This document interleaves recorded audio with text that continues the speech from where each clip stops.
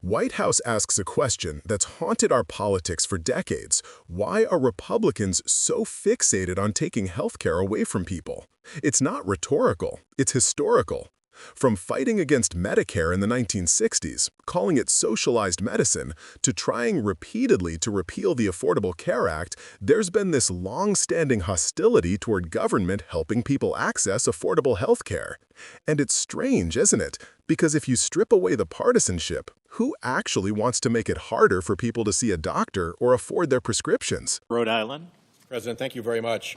As I come to the floor, I reflect on how I've never understood what it is in the Republican mind that is so fixated on taking health care away from people.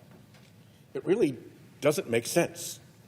It may be some recessive political gene that goes back to when Republicans opposed Medicare, attacked it as socialized medicine, tried to make sure it never happened.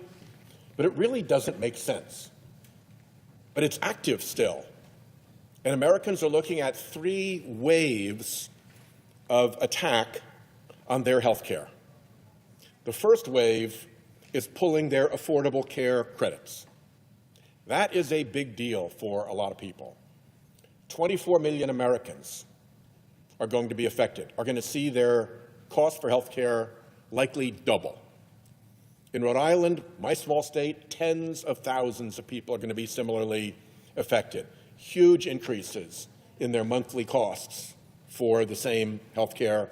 And because so many of them aren't going to be able to afford that increase, we estimate that 13,000 Rhode Islanders will lose their coverage and have to go to emergency rooms and wait in line and drive up the ultimate cost of care by not getting treatment when it's needed.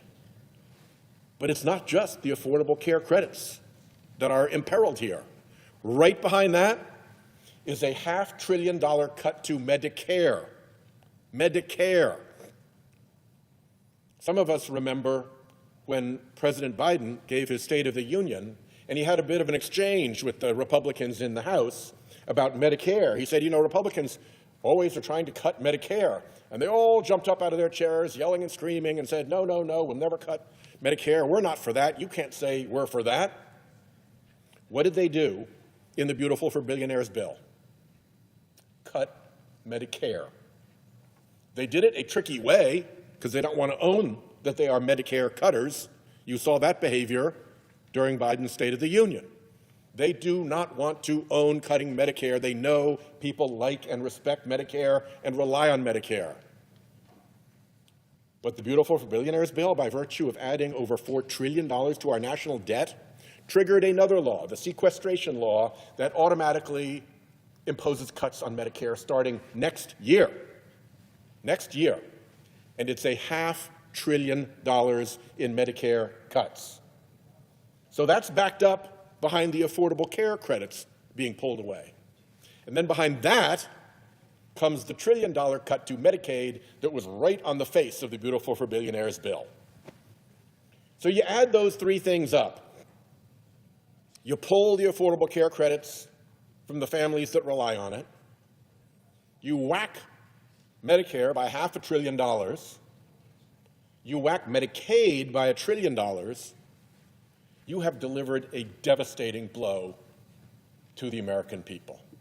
Such a devastating blow, by the way, that the health care providers at the receiving end of those trillions of dollars are likely to suffer to the point of having to potentially close nursing homes, hospitals, provider practices, family doctors. They're the ones where this money ultimately lands, and when you take that much money away from our healthcare sector, don't think it's going to be okay, because it's not. So why do we stand and fight to protect the Affordable Care credits? Well, 2 reasons. One, because it is the first wave of this new Republican assault on Americans' health care. Affordable Care credits, then Medicare, then Medicaid. If we don't stand and fight now, with the Affordable Care credits being sent out now, the changes in the prices, then we're in no position to defend when the Medicare cuts come through, $500 billion, and when the Medicaid cuts come through, $1 trillion. And the second is we can have some confidence that our Republican colleagues, when they get over this fixation about taking away Americans' health care, will realize that a lot of the Americans whose health care they're taking away are their own constituents. In fact, all the evidence is that these affordable care credits go more to Republican senators' constituents than they do to ours, which is why Republican House members running for re-election are writing letters saying, let's fix the affordable care credits. Let's extend affordable care credits for 2 years.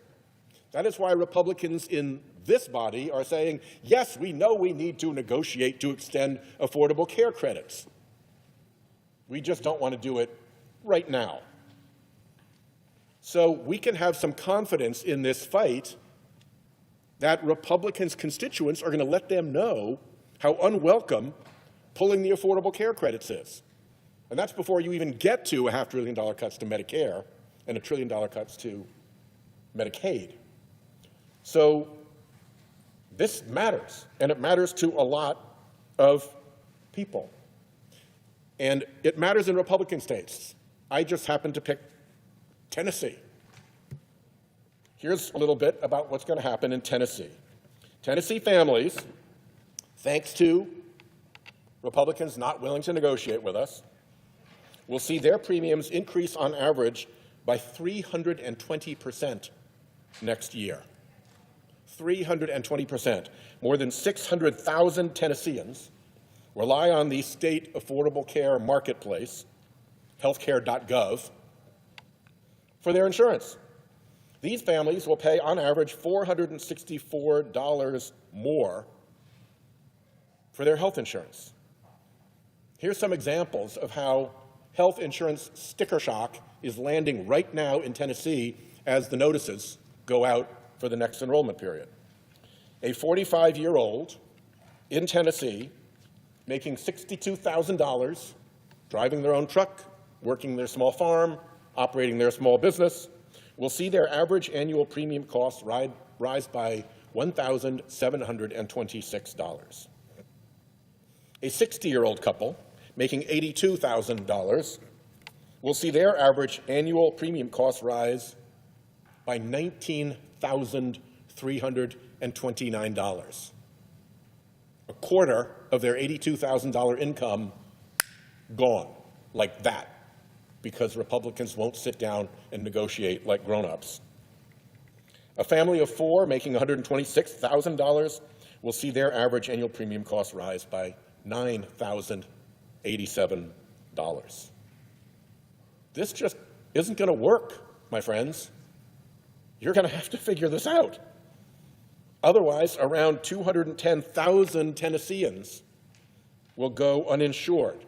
And by the way, because the money flows through to the healthcare providers, providers in Tennessee will take the hit.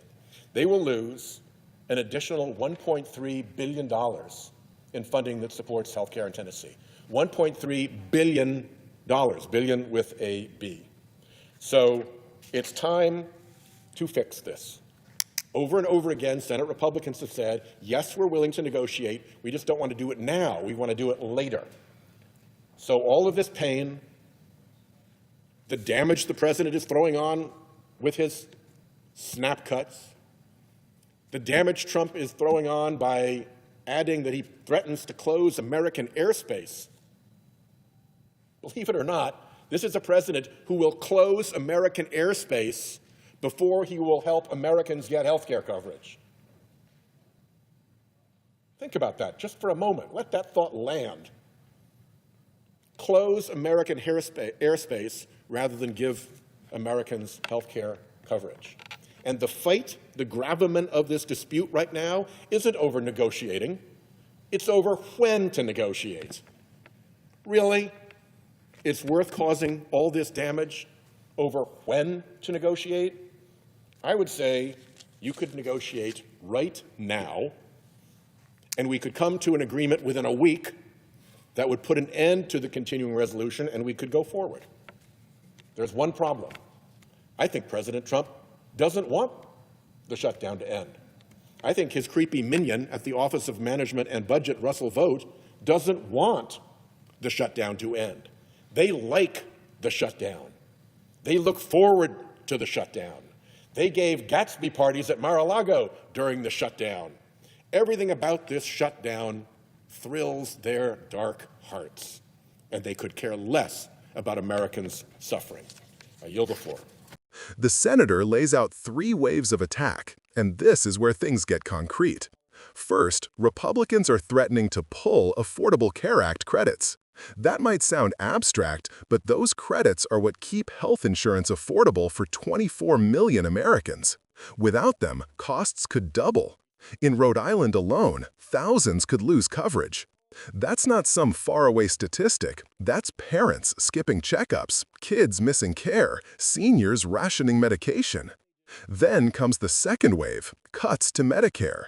Remember that moment in President Biden's State of the Union when Republicans stood up and shouted, "We'd never cut Medicare"? Well, behind the scenes, the math tells a different story. Their beautiful for billionaires tax bill added trillions to the national debt, triggering automatic cuts, $500 billion for Medicare. It's a sneaky way to gut a program they publicly swear to protect. And the third wave? Cuts to Medicaid, to the tune of $1 trillion. That's the program that supports low-income families, children, and people with disabilities. You pull away all 3 supports, affordable care credits, Medicare, and Medicaid, and what's left is a hollowed-out healthcare system that millions rely on to survive. Now think about where that money goes: hospitals, nursing homes, family doctors. Take it away, and you don't just hurt patients, you risk closing clinics, pushing healthcare providers to the brink. It's not just theoretical, it's local economies, jobs, and lives at stake. Here's something Senator Whitehouse points out that I think a lot of people miss. Many of the folks who'd be hit hardest live in Republican-led states. In Tennessee, for example, families could see insurance premiums rise by over 300%. A 60-year-old couple could lose nearly $20,000 a year just trying to stay insured.